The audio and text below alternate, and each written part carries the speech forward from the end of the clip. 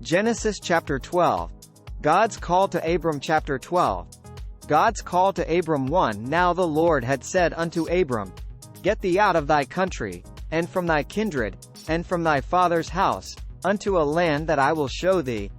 2. And I will make of thee a great nation, and I will bless thee, and make thy name great, and thou shalt be a blessing.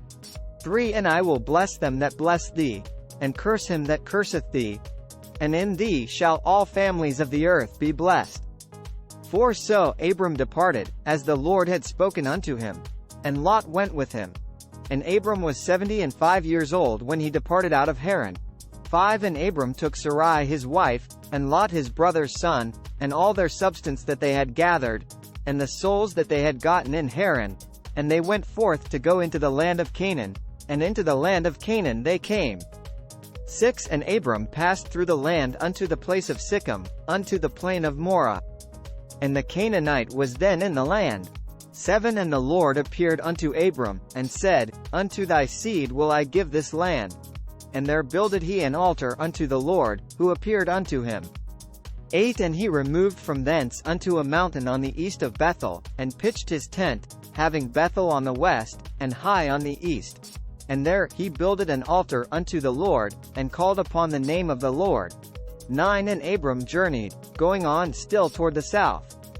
10. And there was a famine in the land, and Abram went down into Egypt to sojourn there, for the famine was grievous in the land.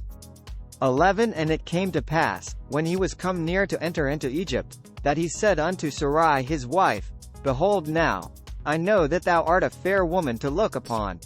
12. Therefore it shall come to pass, when the Egyptians shall see thee, that they shall say, This is his wife. And they will kill me, but they will save thee alive. 13. Say, I pray thee, thou art my sister, that it may be well with me for thy sake, and my soul shall live because of thee. 14. And it came to pass, that, when Abram was come into Egypt, the Egyptians beheld the woman that she was very fair. 15. The princes also of Pharaoh saw her, and commended her before Pharaoh. And the woman was taken into Pharaoh's house. 16. And he entreated Abram well for her sake. And he had sheep, and oxen, and he asses, and menservants, and maidservants, and she-asses, and camels. 17. And the Lord plagued Pharaoh and his house with great plagues because of Sarai Abram's wife. 18. And Pharaoh called Abram and said, What is this that thou hast done unto me? Why didst thou not tell me that she was thy wife? 19. Why sightest thou, She is my sister? So I might have taken her to me to wife. Now therefore behold thy wife, take her, and go thy way. 20. And Pharaoh commanded his men concerning him, and they sent him away, and his wife, and all that he had. Explanation and understanding of Genesis chapter 12. Genesis chapter 12 marks a significant turning point in the biblical narrative as it introduces the figure of Abram, who later becomes known as Abraham.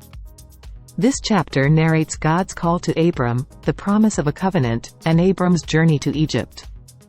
God's call to Abram. The chapter begins with God's call to Abram, instructing him to leave his homeland, his relatives, and his father's house and to journey to a land that God would reveal to him. In exchange for his obedience, God promises to make Abram into a great nation, bless him, make his name great, and make him a blessing to others. The covenant promise. God further promises that those who bless Abram will be blessed, and those who curse him will be cursed. Additionally, God states that through Abram, all the families of the earth will be blessed. This promise of blessing to all nations becomes a central theme in the Abrahamic covenant. Abram's departure. Abram, his wife Sarai, and his nephew Lot set out on their journey to the land of Canaan. At the time, the Canaanites inhabited the land. God's appearance and altar. The Lord appears to Abram in the land of Canaan and reiterates the promise to give the land to Abram's descendants. In response, Abram builds an altar to worship the Lord. Journey to Egypt. Due to a severe famine in the land of Canaan, Abram and his family temporarily travel to Egypt in search of food and sustenance. Deception in Egypt. Abram fears that the Egyptians will kill him to take Sarai because of her beauty, so he asks Sarai to pretend to be his sister to avoid this threat. Sarai's beauty catches the attention of the Egyptian princes, and she is taken into Pharaoh's house. Abram's prosperity. Pharaoh treats Abram well for Sarai's sake and bestows upon him livestock, servants, and wealth. Divine intervention. However, God intervenes in this situation to protect Sarai and Abram. The Lord afflicts Pharaoh and his household with plagues because of Sarai. Realizing the cause of these plagues, Pharaoh confronts Abram, questioning why he didn't disclose that Sarai was his wife. Abram's departure. Pharaoh then instructs Abram to take Sarai and leave Egypt, allowing them to depart with their possessions. This chapter emphasizes several key themes.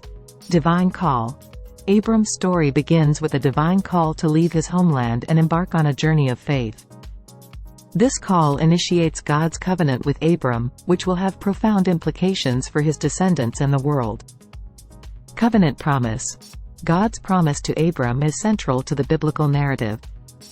It includes the blessings of land, descendants, and a global blessing through Abram's lineage. This covenant is foundational to understanding God's plan for humanity in the Bible. Faith and deception. Abram's actions, particularly in deceiving the Egyptians about Sarai's identity, reveal the human struggle with faith and trust. Despite God's call and promise, Abram resorts to deception out of fear. Divine protection. God intervenes in the situation in Egypt to protect Sarai and preserve the covenant lineage. This underscores God's commitment to his covenant promises. Genesis chapter 12 sets the stage for the further development of God's covenant with Abram and the eventual transformation of his name to Abraham as he becomes the father of many nations. It also foreshadows the challenges and tests of faith that Abram and his descendants will face in their journey to fulfill God's promises.